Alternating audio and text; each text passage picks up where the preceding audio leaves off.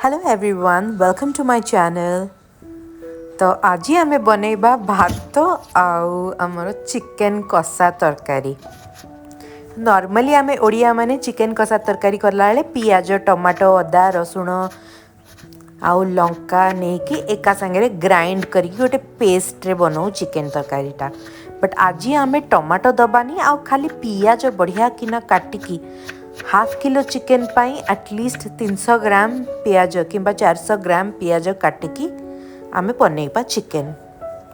तो आम 4टा medium size पियाज नबा आ ताकू भल किना काटी दबा लंबा लंबा किना आ 2-4टा लंका आउ किछि कोला रसुण तापरे आमे 500 ग्राम चिकेन नबा जोटा कि आमे भल किना सफा करिकी आमे बेसिक मसाला पकेबा। तापरे लंका गुंड लूण धनिया पाउडर गरम मसला अदा रसुण पेस्ट आउ सोरिष तेल एवं दही नेकी आमे ताकू भल किना चिकेन टाकू मैरिनेट करिदबा।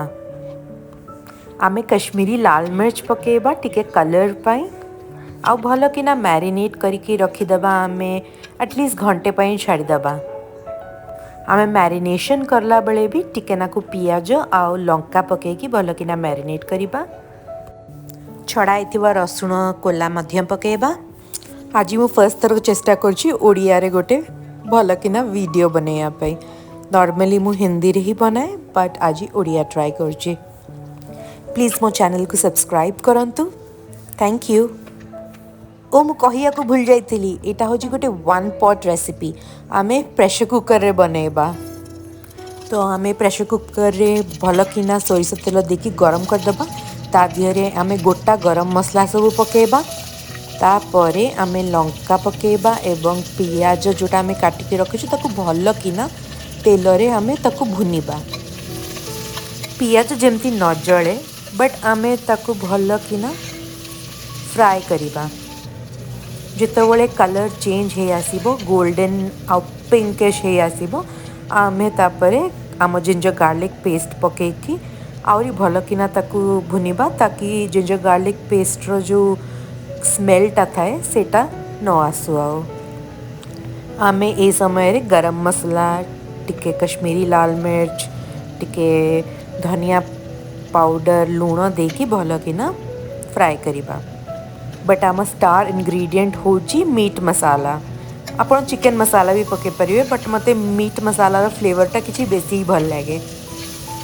आपण ए समय जदि जळी जीवो ताहले टिके नाकू पानी देकी आपण याकू भल किना मिसई परिबे। तापरे आमे आम मैरिनेटेड चिकेन को याधेर पकेकी भल किना मिक्स कर देबा। आमे जेहेतु दही नौछु आमे टमाटो पकेबनी। जेते भल किना पियाजटा भुनी हम सेतिकी भल किना टेस्टटा तार बाहर के आसीबो। आपण कमेंट्स रे बतांतु आपण को केमती लागुची ए चिकेन बनेबार तरीकाटा आपण केमती बनांती सेटा भी मते कहंतु। आम गोटा गरम मसला जो मु पकेली ताकू आमे तेल रे टिके भल किना ता फ्लेवर्सटा रिलीज करिया को दबा। आम चिकेनटा जतले भल किना मिसी जीवो ता ऊपर आमे टिके नाकू गोटे टेबल स्पून कि 2 टेबल स्पून पाखापाखि घी पकेबा। ता देहरु हमरो टेस्टटा बहुत ही भल किना बाहर के आसीबो। तापरे आमे किछि पुदीना आउ धनिया पत्र नबा जोटा कि आमे भल किना क्लीन करि दबा। एंड तापरे आमे ताकू भल किना काटी देकी आमर करी रे पके दबा। एमिति पकेले बहुत ही गोटे बढ़िया फ्लेवर आसे। आमे चिकेन तरकारी बनेला बेले पानी बिल्कुल भी दबानी कारण चिकेन रो भी पानी बाहरिबो एंड आमे दही ऑलरेडी मैरिनेट करथिलु प्लस पियाज भी किछि पानी छाड़े। एटा एकदम कस्सा स्टाइल रे हबो। आमे पानी पकेकी एकदम झोल करिवानी। आमे एकदम सीम रे याकू बसेकी 2टा सीटी मारिया पे छाड़ी दबा। तापर जब प्रेशर बाहर जीवो आमे चेक करिबा आम चिकेन जोटा कि बहुत भल किना हे जाइथिबो।